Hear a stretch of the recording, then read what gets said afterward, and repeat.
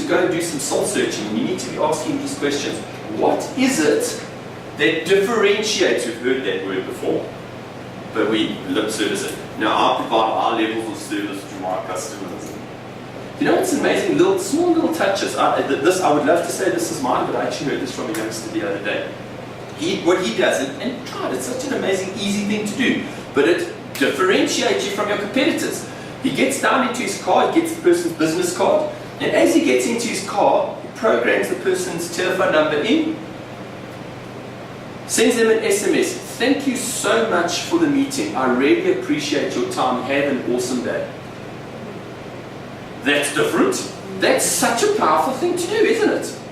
I have a 15-5-3-1 strategy. 15 people a week I connect with via email. Either on their blog or their Facebook or I send them a happy birthday message or something along those lines. 5 people I pick up the phone and I have a conversation with. Not about business, but about stuff, right?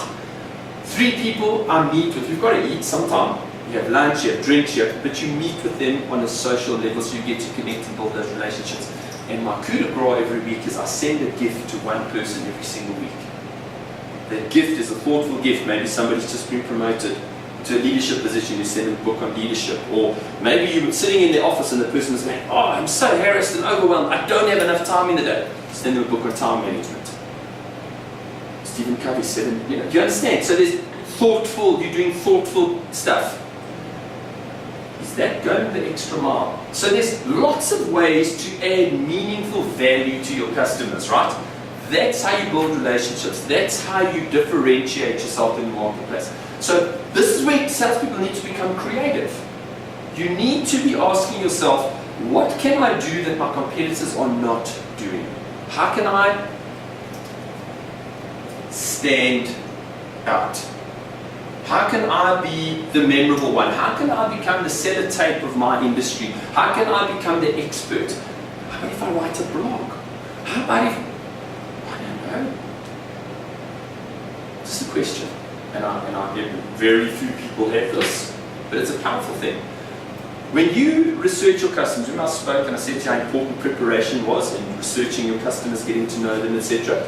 More important than that is people are starting to research you.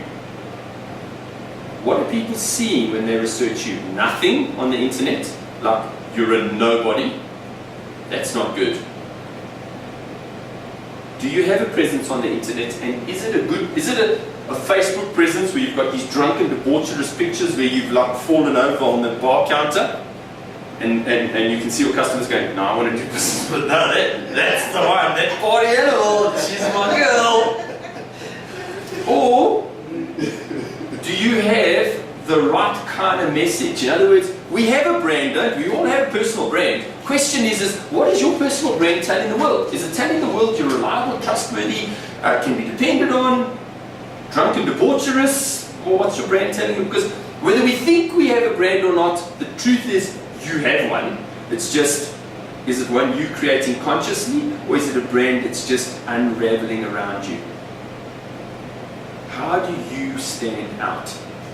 What can you do to be different? What can you do to be the difference you want to make in the world? What can you be to do that? What are you going to do to commit to make those changes? Because that's what's going to change you from being a good salesperson to being a great sales professional. You're nearly there.